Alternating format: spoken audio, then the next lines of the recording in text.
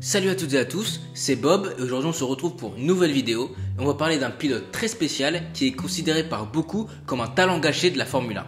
Un énorme espoir parmi les plus grands de sa génération, comparable à des Hamilton, des Leclerc, des Russell, etc. Et pourtant, il n'a pas eu une carrière couronnée de succès en Formule 1 comme on pouvait s'y attendre. Vous l'avez vu sur la miniature et le titre et on va parler de Nico Hülkenberg. On va le présenter, analyser son parcours et essayer de comprendre les raisons pour lesquelles ça n'a pas marché en Formule 1 pour lui pour en tirer des conclusions. Allez, c'est parti.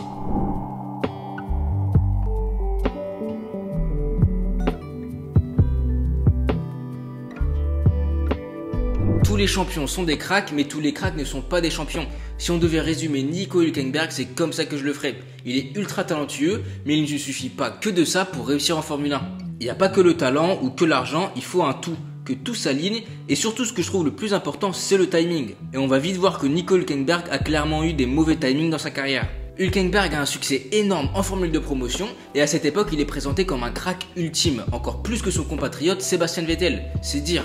Il est toujours performant, il réalise des podiums et des victoires partout où il passe, il gagne la Formule BMW, le championnat de Formule 3 Euro Series, le GP2 qui est l'ancêtre de la Formule 2, et avec tout ça il se rapproche logiquement de la Formule 1 et il crée des liens avec l'écurie Williams. Il débute en Formule 1 en 2010 chez Williams, qui à l'époque est une écurie de milieu de tableau, que je pourrais comparer à peut-être Alpine ou AlphaTauri aujourd'hui, et pour coéquipier il a le vétéran Rubens Barrichello. Même s'il se fait, logiquement je dirais, battre par son coéquipier, il fait une première saison assez solide, surtout en qualification. Une bonne saison pour un rookie, avec comme point d'orgue une pole position au Brésil, avec plus d'une seconde d'avance sur la deuxième place. Le problème, c'est que le lendemain de la course, dans laquelle il marque des points, Williams annonce qu'il ne le prolonge pas pour la saison 2011. C'est terrible. Williams a besoin de cash et ils s'en vont signer un pilote payant. Vous allez les voir tout au long de la vidéo, mais Hülkenberg est souvent victime du jeu des chaises musicales en Formule 1 et celui des pilotes payants.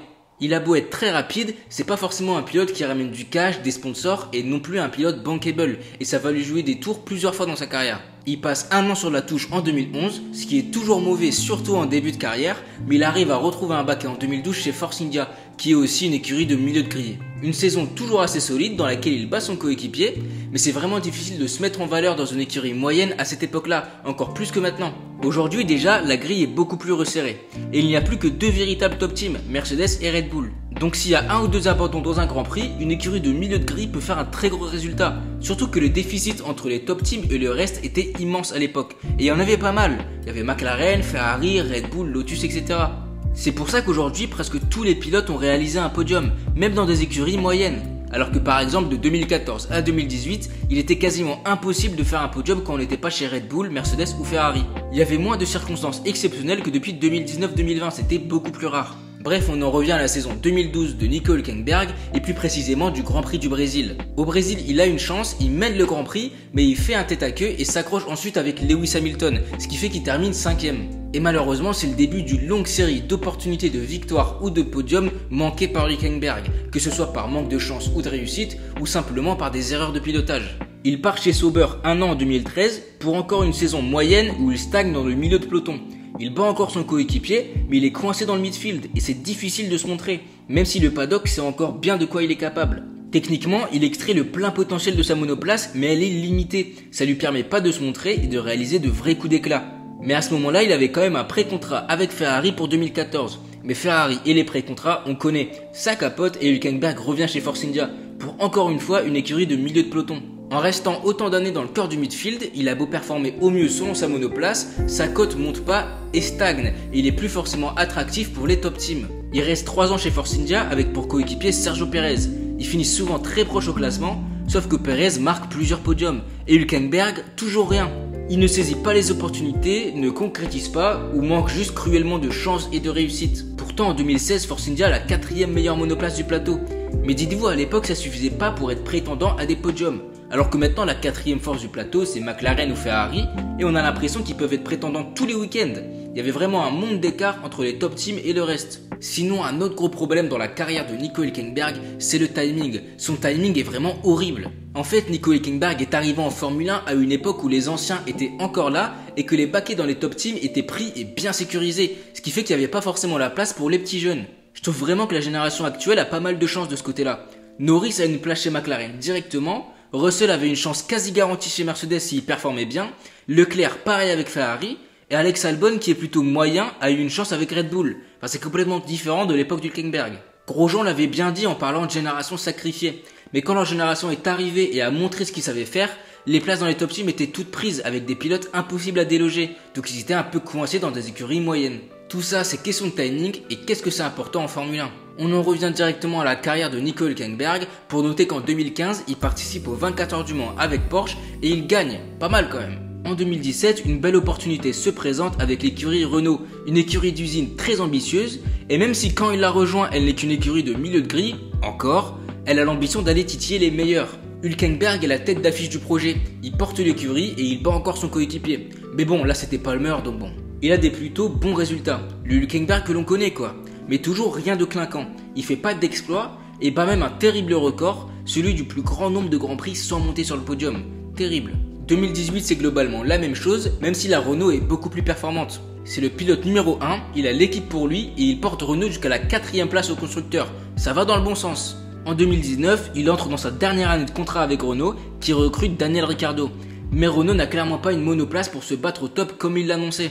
Ça met un gros coup d'arrêt à l'écurie, Hülkenberg et Ricciardo sont assez proches et Nico joue son baquet pour l'an prochain contre Esteban Ocon. Ce qui a fait pencher la balance vers Esteban Ocon, je trouve, c'est le Grand Prix d'Allemagne 2019 où Hülkenberg est en lice pour réaliser un podium dans son Grand Prix national mais sort de piste et abandonne. Ça m'a fait tellement de peine et j'imagine pas à quel point ça a dû être dur pour lui. Et c'est à la fin de cette saison qu'il perd sa place en Formule 1. Depuis, il n'a pas réussi à se retrouver un baquet et maintenant ça semble bien définitivement terminé. Il revient quand même en 2020, le temps de quelques grands prix pour remplacer Sergio Pérez et Lance Stroll. Il marque des points dans ces 2 grands prix, il réalise même une 3ème place en qualification à Silverstone et ça impressionne tout le paddock. La raison pour laquelle il n'a pas réussi à trouver un autre baquet, c'est bizarre hein, mais c'est qu'il est trop bon et aussi trop cher pour une écurie de fond ou milieu de grille, mais pas assez bon, sachant qu'il n'a pas de podium et rien concrétisé en Formule 1 pour une top team. Voilà tout le paradoxe de Nico Hülkenberg. On rajoute à ceci que le marché des transferts est un peu bouché depuis un an, et ça fait qu'un pilote de sa trempe n'arrive pas à trouver un baquet en Formule 1. Il a toujours été performant, régulier, mais il n'a jamais eu de coup d'éclat, et ça a joué contre lui, considéré comme bon, mais pas exceptionnel. Il a presque toujours battu ses coéquipiers et a réalisé des grosses performances avec des monoplaces moyennes. Mais faire une P7 avec une monoplace qui ne devrait pas la jouer, ça impressionne personne et ça passe même inaperçu. Mais surtout, il avait pas de partenaire et de sponsor. Donc pas de cash contrairement à d'autres. Et je suis sûr que ça a joué quand Red Bull a fait son choix entre Sergio Pérez et Nico Hülkenberg. En résumé, sa carrière c'est clairement un manque de chance et de réussite, un très mauvais timing et un manque de clutch. Ce qu'il attend maintenant, sachant que la page Formule 1 est clairement tournée, c'est vraisemblablement l'IndyCar avec l'écurie McLaren et je suis persuadé qu'il va réussir. Il est juste trop bon pour ne pas réussir et ça me fera tellement plaisir de voir Grosjean et Hülkenberg sur un même circuit. J'attends tellement son premier podium aux États-Unis et j'espère qu'il va vraiment kiffer ça comme Grosjean. Au début j'ai fait cette vidéo parce que je voulais parler de pilotes comme Hülkenberg qui n'ont pas justifié tous les espoirs placés en eux en Formule 1. D'ailleurs dans cette vidéo au début je devais parler aussi de Stoffel Vandoorne, mais finalement ça allait faire trop long, donc pourquoi pas dans une autre vidéo.